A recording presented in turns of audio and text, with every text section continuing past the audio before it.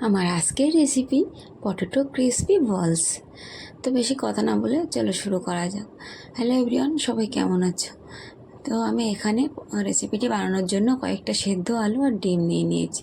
এগুলোকে আমি একটা বোলের মধ্যে গ্রেট করে নিচ্ছি।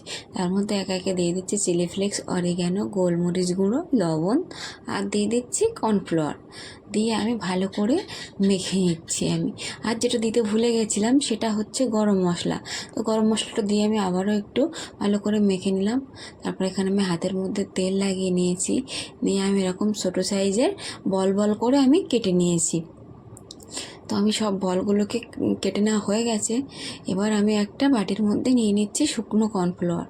শুকনো কর্নফ্লাওয়ারে আমি এই সব বলগুলোকে একটু কোট করে নেব। একটা করেই কোট করেছি, করে আমি তেলের মধ্যে দিয়ে ভেজে নেব। ব্রাউন কালার করে আমি একদম ভেজে নেব। তো এগুলো আমার ভাজা হয়ে গেছে। তোমাদের এই রেসিপিটি কেমন লাগলো অবশ্যই জানাবে। ভালো লাগলে একটা লাইক কমেন্ট অবশ্যই করবে। আর এরকম নতুন নতুন রেসিপি নিয়ে আবারও দেখা হবে তোমাদের সাথে। ততক্ষণ সবাই ভালো থাকবে। ততক্ষণের জন্য সবাইকে টাটা।